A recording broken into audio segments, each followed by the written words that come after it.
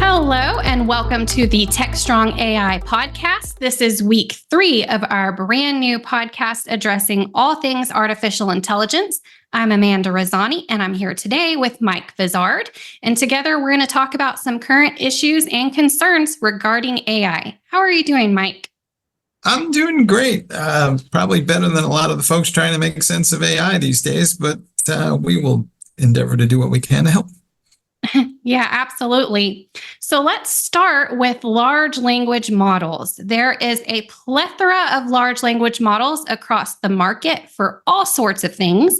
I think Hugging Face has 300,000 models that they have on file. And so these companies, as they're trying to decide which large language models to use, they're really finding that they need more specific models for specific tasks and not these big generalized models. So what are your thoughts on this? I think Bill Dorfield has a piece up on Techstrong.ai that really nails it well because he dived into what all the challenges really are. And it's a subject near and dear to our hearts because we had a 3-day hackathon here where we invited some of the folks from the DevOps Luminarity, shall we say. And they spent 3 days sorting through all these different issues as well. And we encountered everything that's in this article. The challenges are fundamentally, do I want to build my own LLM in the first place? Do I want to customize an existing foundational LLM?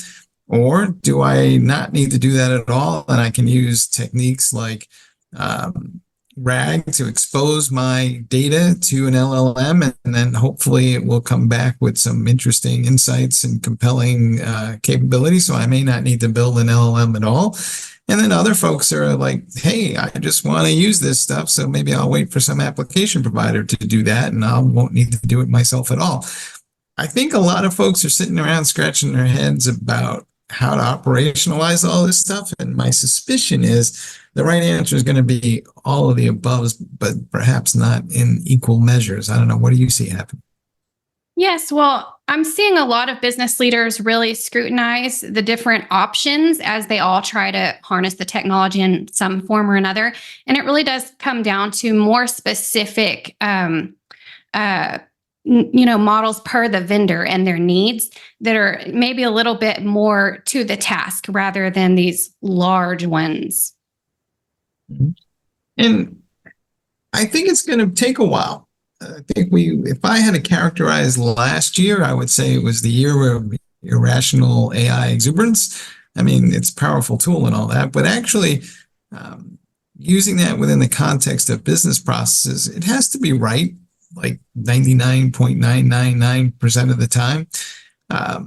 I think a lot of organizations are running into challenges with how to marshal all the data that they need to train in something because their data management processes are not exactly up to snuff.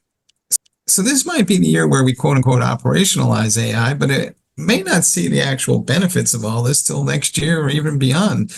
I wonder if people are starting to get the sense that, hey, this is a journey. It's not something we turn on with a light switch. What do you say?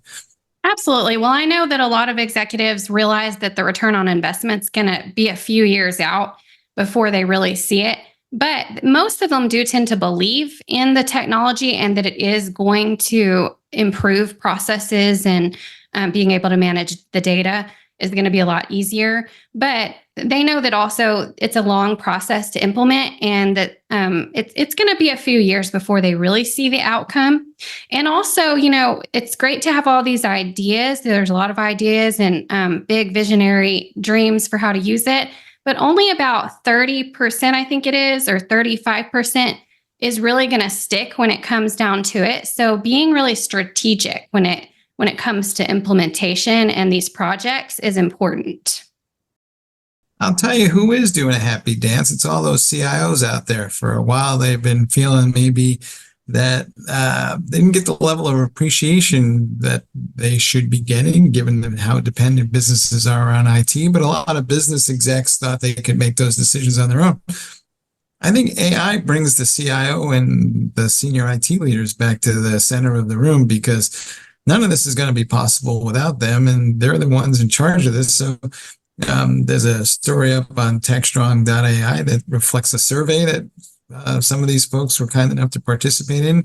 And it seems to indicate that they're, rather excited. There are, of course, things to be concerned about, but overall, the general sense of things is, hey, IT's back in town.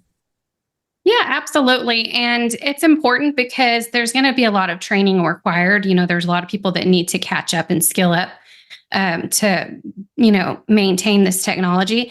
And the human element is still definitely important. And these are tools that are going to help augment processes, but not erase, that human element. So everyone working together is critical. And the other issue is just to break down any silos that are stopping the process flows. All right, cool. Of course, I keep saying the same thing, proceed with caution. And I call that out because when you see, and there's a story we have up on the site talking about how Microsoft, Google, and Apple and others are joining together for an AI safety consortium.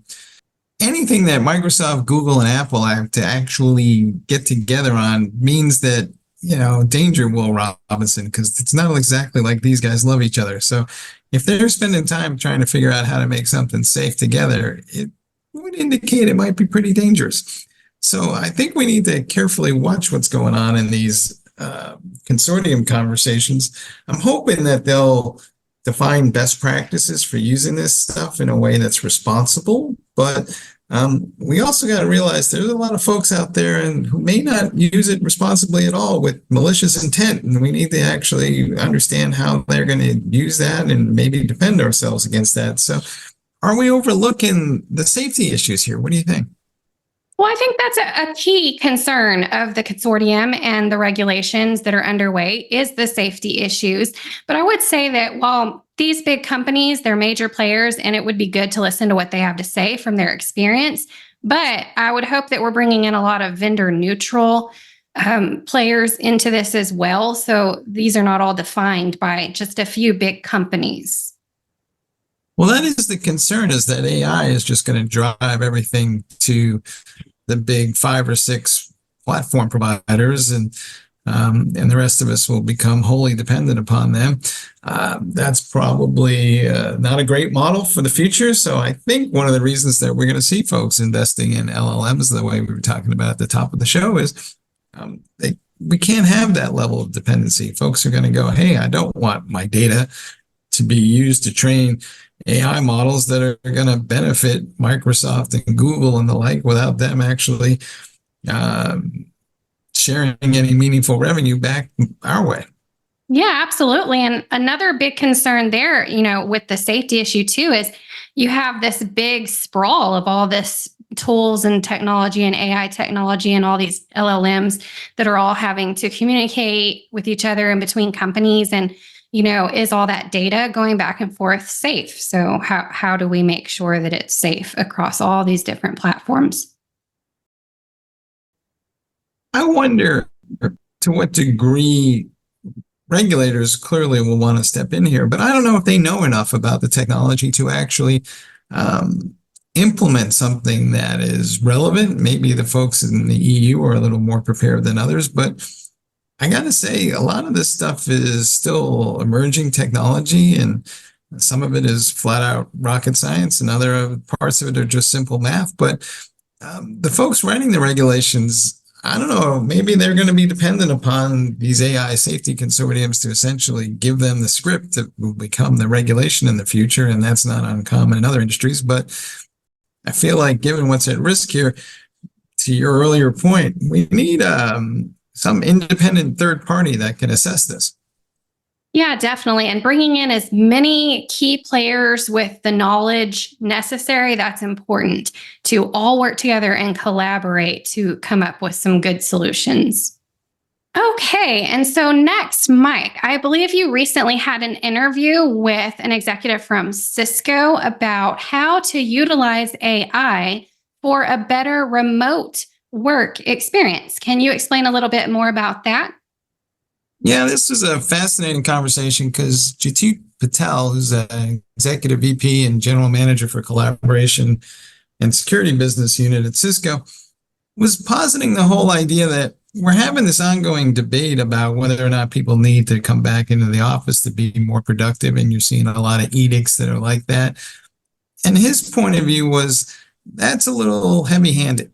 And it's okay to bring folks back into the office for meetings from time to time. But at this point, the technology exists that we should be able to, A, let people work remotely more often, but B, he was saying we can use AI to make up for the gaps that occur when people are more distributed, because AI will, going forward, capture the sentiment of a meeting. It will capture the notes. It will give people a sense of what to prioritize. And there won't be this as big a communication gap, which is allegedly the reason that folks are wanting to bring their people back into the office. And one of the things he pointed out is there's just a whole generation of managers out there who are not trained to manage people remotely. So they like to go back to what they know. And his point of view is, well, they need to evolve. But the other thing that was interesting, he says, this is a disservice to the national economy. And his point was, ultimately, it means that if you're pulling people back into an office, you're going to have to do that in places like New York and San Francisco and Chicago. And it forces people who live in more rural communities that otherwise could participate to move to those places.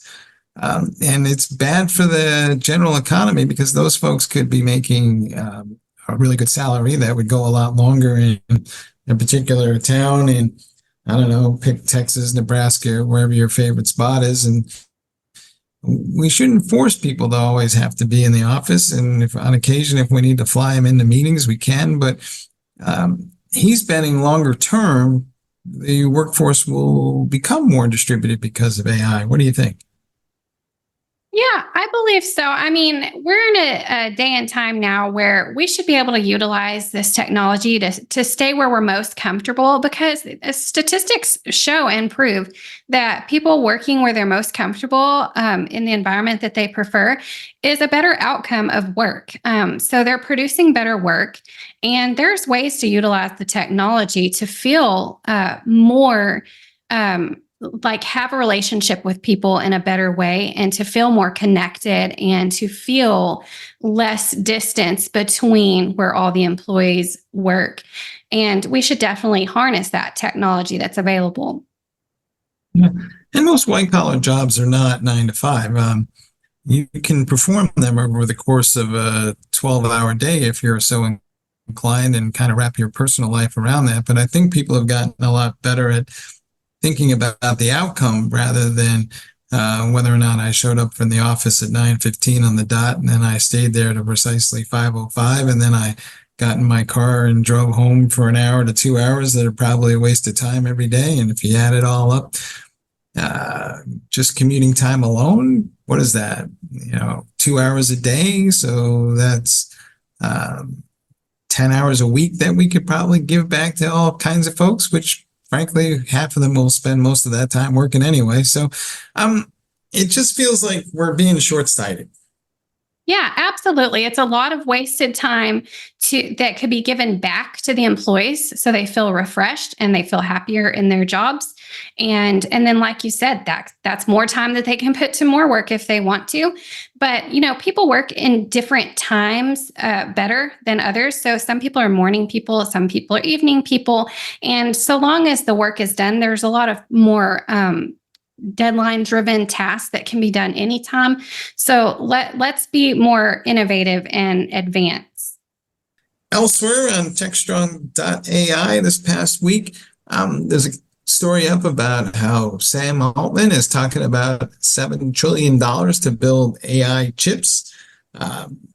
We're not exactly clear what kind of chips we're talking about here, but it does seem there is an issue with, well, you can't find any GPUs out there to train the AI model, so we clearly need a different approach. Some people say the GPUs were designed for graphics and are fundamentally inefficient, both from cost and from a carbon emissions perspective.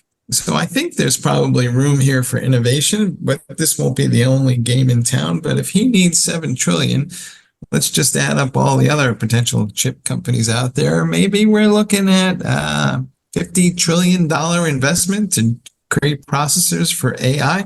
What's the return on that going to look like, do you think? Yeah, that is a good question because that is certainly an astronomical number that made headlines the last few days.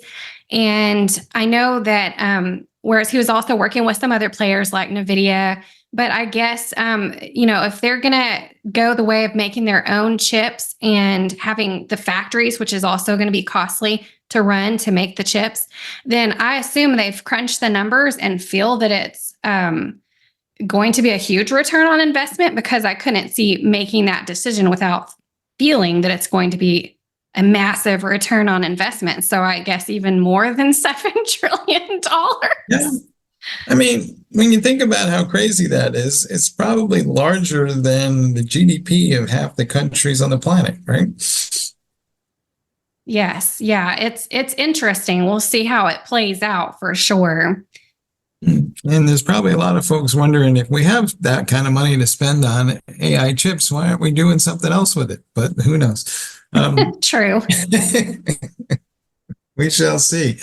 That kind of brings us to our final topic of the week, but it's this AI climate change initiative. There's been a proposal from, I believe, a couple of the Democratic senators in the U.S. Senate, and basically, they're calling for the EPA to more aggressively monitor how much carbon might be emitted through all these AI activities. And they want NIST to voluntarily start collecting and reporting data from folks who will contribute that. I don't think anybody's going to voluntarily do much anything, so there probably will be a need for a law or regulation. But how much of this is just flat out wishful thinking? Because this is a Congress that, I think passed a grand total of 27 laws in the last 4 years. So probability assessment that, a bill proposed by Democrats is going to get any traction. What do you think? Well, it's going to be difficult for sure, but I would hope that they would come together and see the actual facts, which is there's a lot of energy consumption when it comes to this AI, and there's a lot of technology waste to be considered when old technology is thrown out. So the carbon footprint is a big concern, and I would hope that both parties would, set aside their party lines and realize that some regulations need to surround the earth and environment factor of AI. We may have to look to the EU once again for some laws and regulations here that companies will follow simply because they want to do business in Europe. But of course, not everybody will. So it's going to be a challenging time. I think fundamentally we need some sort of massive breakthrough, both in terms of how we consume IT. I mean, realizing that IT being only one small part of the overall carbon emissions problem. As what somebody pointed out to me not too long ago, cows generate more methane than IT people create issues, but it's just part of the whole thing. I cannot help but wonder, though, maybe this will drive some sort of advances in capabilities to capture carbon in ways that won't let it up into the environment in the first place. So we got to figure out how to be more efficient across the board. I don't think we need to assume that the current state of carbon emissions is static. I think maybe we can hopefully find some ways to innovate our way out of this issue, because even if at this point we started ratcheting back how much energy we're kicking up into the atmosphere, it's pretty much too late already. So we got to find another way out of this thing. What do you think? Yeah, absolutely. And just as you said, AI can both be harmful and there's risk, but it can also be positive and useful. So taking AI and using it to change the outcome of like somehow trapping the energy or removing it or reducing the footprint, somehow using the technology. I'm hoping that there's a couple of smart kids in college, or who knows, maybe they're in high school or even grade school, who will figure all this out for us in time. In the meantime, historically, innovation's done better for us than it's harmed us, and I'm hoping that with AI, that will continue to be the case. not a big fan of the doom and gloom scenarios that are out there, but like I said, proceed with caution. Most definitely. Well, I want to thank our audience for being here today, and stay tuned next week when we bring you more of the latest issues and topics surrounding artificial intelligence. Thanks, Mike. Thank you all. See you next time.